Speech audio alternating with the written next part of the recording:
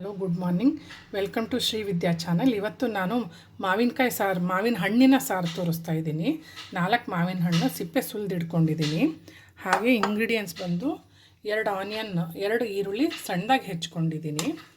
ಹಾಗೆ ಇದು ಮಸಾಲೆ ರುಬ್ಕೊಳ್ಳೋಕ್ಕೆ ಕಡಲೆಬೇಳೆ 2 ಟೇಬಲ್ ಸ್ಪೂನು, ಉದ್ದಿನಬೇಳೆ 1 ಟೇಬಲ್ ಸ್ಪೂನು, ಶುಂಠಿ ಒಂದು ಅರ್ಧ ಇಂಚು, ಆಮೇಲೆ ಬೆಳ್ಳುಳ್ಳಿ 1 ಬಾಲು, ಸಾಸಿವೆ ಅದಕ್ಕೇ ಮಿಕ್ಸ್ ಮಾಡ್ಕೊಳ್ತೀನಿ, ಅರ್ಧ ಸ್ಪೂನ್ ತೊಗೊಂಡಿದ್ದೀನಿ. ಹಾಗೆ ಖಾರದ ಪುಡಿ, ಕಾಶ್ಮೀರಿ ಲಾಲ್ ಮಿರ್ಚಿ ಎರಡೂ ಮಿಕ್ಸ್ ಮಾಡ್ಕೊಂಡಿದ್ದೀನಿ. ಖಾರ ನಿಮ್ಗೆ ಎಷ್ಟು ಬೇಕು ನೋಡಿ ತೊಗೊಳ್ಳಿ. ಬೆಲ್ಲ, ಧನಿಯಾ ಪೌಡರು, ಕೊಬ್ಬರಿ 1/4 ಬಟ್ಲು ತೊಗೊಂಡಿದ್ದೀನಿ, ಹುಣಸೆ ಹಣ್ಣು, ಇದಿಷ್ಟೂ ಪೇಸ್ಟ್ ಮಾಡ್ಕೊಳ್ಳೋದೀಗ. ಈಗ ಇದು ತೋರಿಸಿರೋ ಇಂಗ್ರೀಡಿಯೆಂಟ್ಸ್ ಇಷ್ಟೂ ಫೈನ್ ಪೇಸ್ಟ್ ಮಾಡ್ಕೊಳ್ತೀನಿ ಮಿಕ್ಸರ್ ಜಾರಲ್ಲಿ ಹಾಕ್ಕೊಂಡು. ಓಕೆ ಗೈಸ್, ಇದು ಮಾವಿನ ಸಿಪ್ಪೆ ತೆಗ್ದಿದ್ನಲ್ಲ ಅದ್ರದ್ದು ರಸ ಕಿವುಚ್ಕೊಂಡಿದ್ದೀನಿ. ವೇಸ್ಟ್ ಮಾಡ್ಕೊಬೇಡಿ. ಅದೇ ಈಗ ಸ್ವಲ್ಪ ಇದಕ್ಕೆ ಹಾಕಿ ಪೇಸ್ಟ್ ಮಾಡ್ಕೊಳ್ತೀನಿ. ಹಾಗೆ ಇದು ಸಾರಿಗೂ ಮಿಕ್ಸ್ ಮಾಡಿಕೊಂಡ್ರೆ ನಡೆಯುತ್ತಿದ್ದು, ಅದಕ್ಕೆ ಆ್ಯಡ್ ಮಾಡ್ತೀನಿ. ಓಕೆ ಫ್ರೆಂಡ್ಸ್, ಇಲ್ಲಿ ನೋಡಿ ಈಗ ಫೈನ್ ಪೇಸ್ಟ್ ಮಾಡ್ಕೊಂಡಿದ್ದೀನಿ. ತೋರಿಸಿದ್ನಲ್ಲ ಇಂಗ್ರೀಡಿಯೆಂಟ್ಸು ಫುಲ್ ನೈಸಾಗಿ ಪೇಸ್ಟ್ ಮಾಡ್ಕೊಂಡಿದ್ದೀನಿ. ಮಾವಿನ ಹಣ್ಣಿನ ಸಾರು ತೋರಿಸ್ತಿದ್ದೀನಿ. 2 ಟೇಬಲ್ ಸ್ಪೂನ್ ಆಯಿಲ್ ಹಾಕ್ಕೊಂಡಿದ್ದೀನಿ.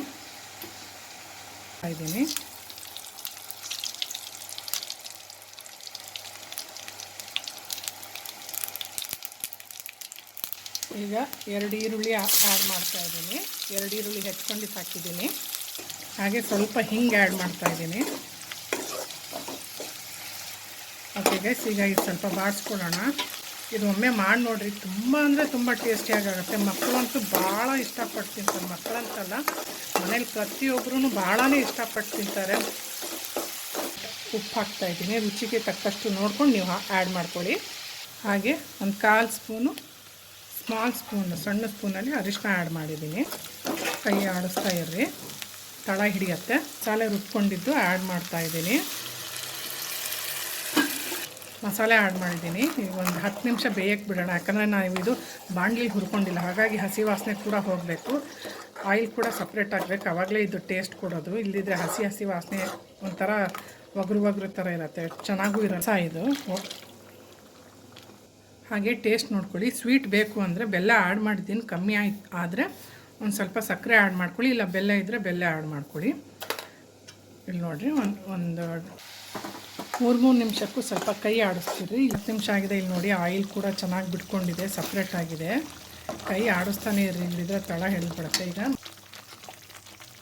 ಇಲ್ಲಿ ನೋಡಿ, ಮಾವಿನ ಹಣ್ಣು ಹಾಕಿದ್ದೀನಿ, ನೀರು ಆ್ಯಡ್ ಮಾಡಿ ಈಗ ಒಂದು 5ರಿಂದ 10 ನಿಮಿಷ ಇದನ್ನು ಬೇಯಬೇಕು. ಈಗ ಇದ್ರದ್ದು ರಸ ಇಳ್ಕೋಬೇಕಲ್ಲ ಚೆನ್ನಾಗಿ, ಹಾಗಾಗಿ ಈಗೆಲ್ಲ ಇದು ಚೆನ್ನಾಗಿ ಮಿಕ್ಸ್ ಆಗಬೇಕೀಗ. ಓಕೆ, ಈಗ